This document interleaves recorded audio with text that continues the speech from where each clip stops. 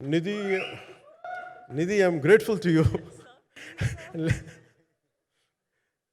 పాప చాలా తపన పడి ఉంటారు. ఈరోజు ఎలా ఉంది అంటే, నాకు ఎలా అనిపించిందని, ఇందాక నేను వస్తున్నప్పుడు ఎవరు లేరు, వీళ్ళు కూడా ఎవరు లేరు. నేను వచ్చి చాలాసేపు కారులో కూర్చున్నాను. ఎందుకంటే మళ్ళీ మీరు తిట్టకూడదు, లేట్ వచ్చాడు, నీకు డిప్యూటీ సీఎం అయితే పొగలు వచ్చేస్తాను మీరు అనుకో అంటారండి. నాకు అట్లా అనిపించలేదు. నాకు ఫస్ట్ టైం ఎందుకు మీడియా నాకు ఎందుకు అలవాటు పోయిందంటే, నేను వచ్చిన కొత్తల్లో ఈ జ్యోతి చిత్ర సితార పేపర్స్ ఉన్నాయి. ఎవరో ఫోటోస్ వేయమంటే దిస్ గా ఈజ్ నాట్ సేలబుల్, ఇంకా అవసరం లేదు అంటే నా ఫోటోలు వేసేవాళ్ళు కాదు. సో నాకేమనిపించింది సార్, ఇంక నేను మన ఈయన కాడికి నేను ఏమి అంటపడి నాకు తెలియదు అని చెప్పేసి మా నిర్మాతలు కూడా ఉండేవాళ్ళు కాదు. సో నాకు పబ్లిసిటీ లేకుండా సినిమాలు రిలీజ్ అవ్వడం అలవాటు అయిపోయింది నాకు. సో అదే ప్రాక్టీస్ అయిపోయింది నాకు అంతే.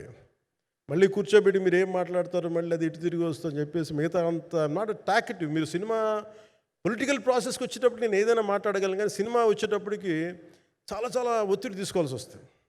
అంటే ఎంత కథ చెప్పాలి, ఎంత కథ చెప్పకూడదు, ఈ మాట అద్భుతంగా ఉందంటే ఏం అద్భుతంగా ఉందని మళ్ళీ తిడతారు. తర్వాత 100 ఆలోచనలతోటి స్లో డౌన్ అయిపోతాను. బట్ కానీ నాకు మనస్ఫూర్తిగా ఈ సినిమా ఐ హోప్ వచ్చిన ప్రతి ప్రేక్షకులందరికీ కూడా ఒక మంచి అనుభూతిని ఇస్తుందని నేను మనస్ఫూర్తిగా నమ్ముతున్నాను.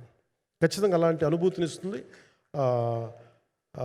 మీరు థియేటర్లోంచి బయటికి వెళ్ళేటప్పుడు మటుకు విల్ గో విత్ ఒక ఎనర్జెటిక్ ఫీల్తో వెళ్తాయి. అంతవరకు చెప్పగలను నేను. ఎందుకంటే నేనే నమ్ముతాను, సినిమాకి వెళ్ళేటప్పుడు సినిమా ఒక స్టోరీ చెప్పినప్పుడు నా జీవితంలో చిన్నపాటి ప్రభావం చూపించాలి.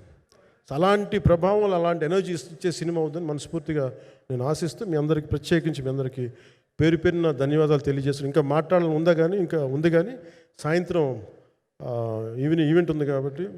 సో ఇంకొక మారు నేను చెప్తాను ఎందుకు ఈ పర్టికులర్ ప్రెస్ మీట్ అంటే, I want to tell you I'm grateful to each one of you. I'm grateful to you.